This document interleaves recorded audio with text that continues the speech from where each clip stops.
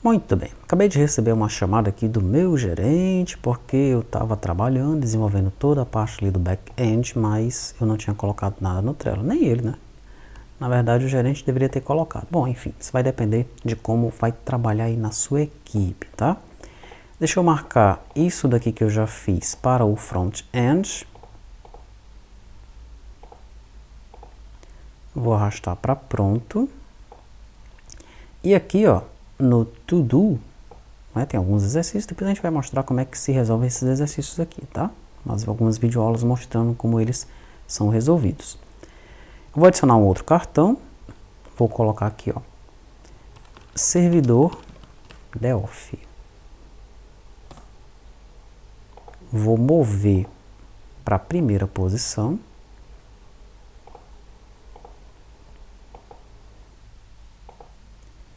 Daí, vou criar um checklist e vou colocar testar o demo do REST-DW com o Firebird. Depois, organizar o código ainda no Firebird com o employee, para você ir testando o servidor e aprendendo como é que ele funciona, né? Criar, na verdade, se organizar o código aqui com o employee, é criar o employee controller, né? Muito bem. Criar, testar o servidor com o banco de dados MySQL ou MariaDB, tá?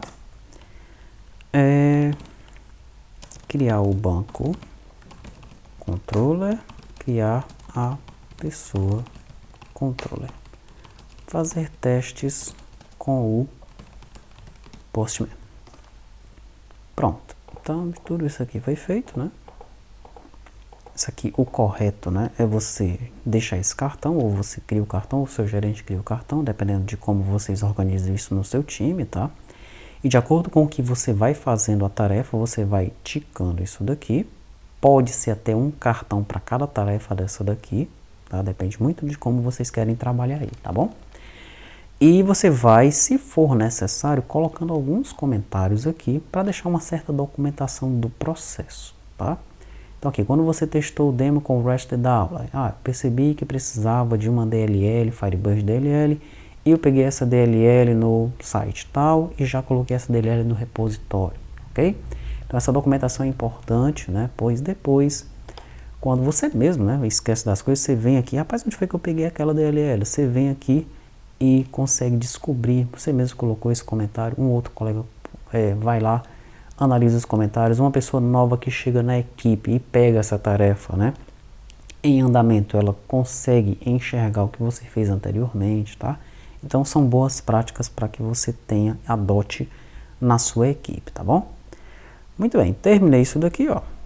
Foi para progresso, já testei, não ficou bloqueado e já está prontinho, tá?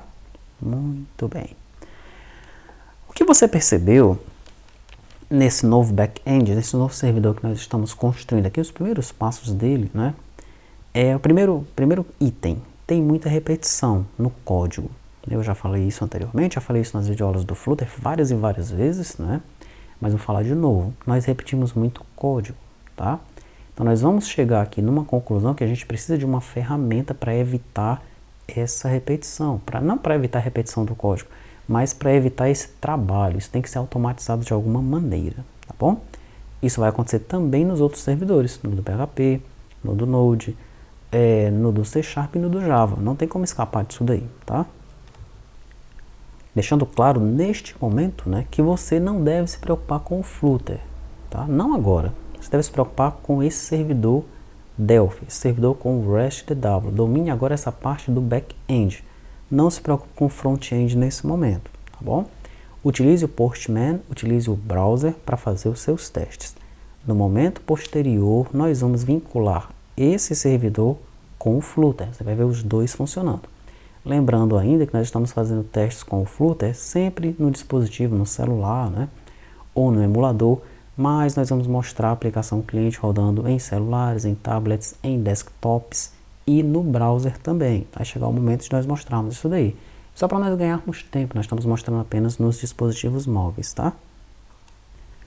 Um detalhe importante, né, quando nós voltarmos para o Flutter, é que o Flutter, ele conversa com 5 servidores, né, no nosso caso aqui desse treinamento.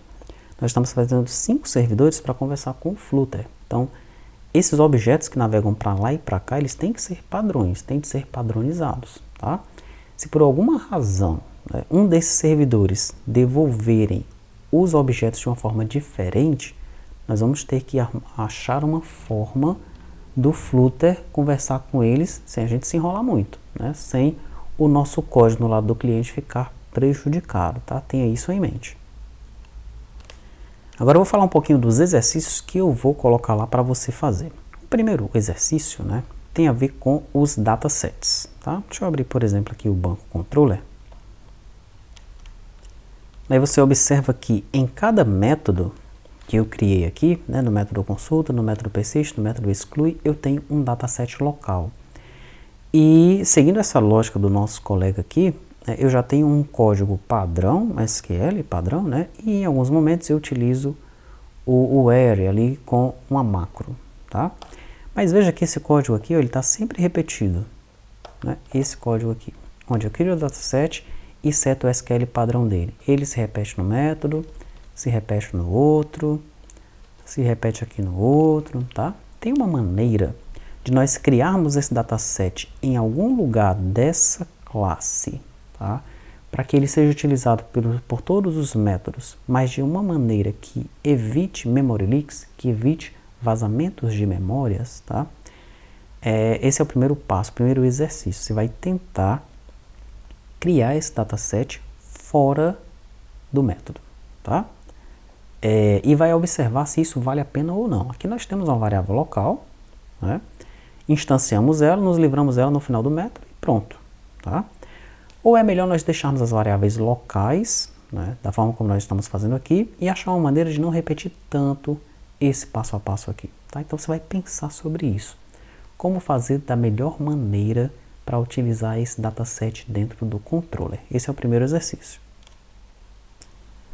O segundo exercício, né, é implementar o agência controller, tá? Banco agência controller. É bem parecido com o banco controller, né? Não tem objetos agregados vinculados, ele só tem o ID do banco. O fato de ter um campo de lookup, esse lookup tem muito a ver com o lado do cliente, tá bom? Mas o objeto agência chegando aqui com o ID do banco, ele vai ser persistido, sem nenhum problema, né? Um detalhe que você tem que observar é se esse código do banco que vem vinculado à agência realmente existe. Bom, mas isso deve ser algo que deve ser carregado no momento que a gente consulta a agência lá no lado do cliente, né? Consultei a agência, ele já vem com o código do banco.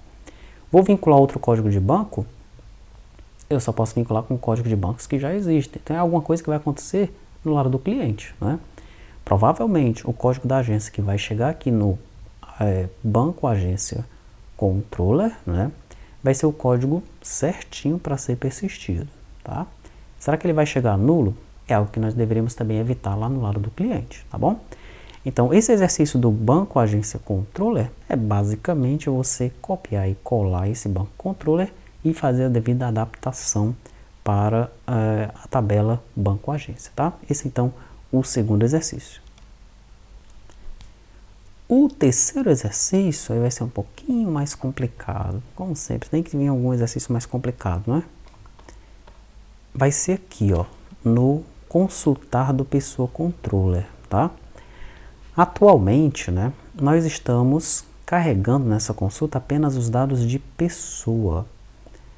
Como é que eu faria para carregar isso aqui, ó, para exibir a pessoa já com a pessoa física, a pessoa jurídica, a lista de contatos, a lista de endereços e a lista de telefones.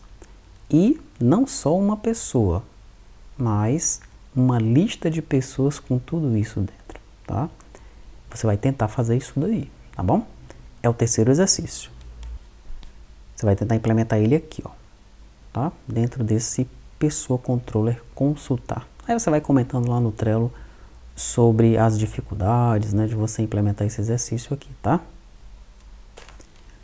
O quarto exercício e último, né, na verdade não é propriamente um exercício, é uma pergunta, tá?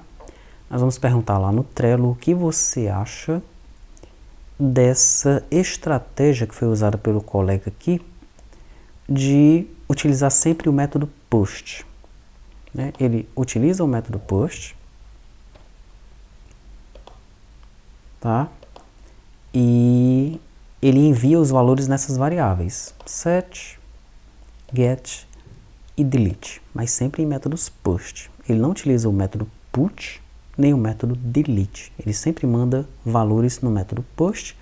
E aí quando os dados chegam aqui no servidor, no método POST, é que a gente começa a direcionar o que vai acontecer, né? Dependendo do conteúdo daqueles parâmetros.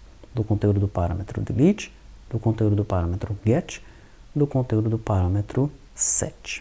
O que você acha dessa estratégia? Você acha que é boa? Você acha que é melhor utilizar os métodos mesmos do REST, né? O get, o delete, o push e o put, tá? Então você vai fornecer a sua opinião lá no Trello relacionado a isso. Nós vamos abrir esses exercícios lá no Trello, né? E aí você vai utilizar o cartão, né, para comentar sobre esses exercícios, tá bom? Ficamos então por aqui, por enquanto, em relação ao servidor do Delphi, tá? Depois a gente vai trabalhar mais nesse servidor, mas esse aqui é o suficiente para que você chegue, compreenda e saiba qual caminho tem que seguir ou tem que iniciar, quais os primeiros passos, né, que você tem que dar para ter o seu servidor feito em Delphi aqui para o nosso TDSTRP Phoenix.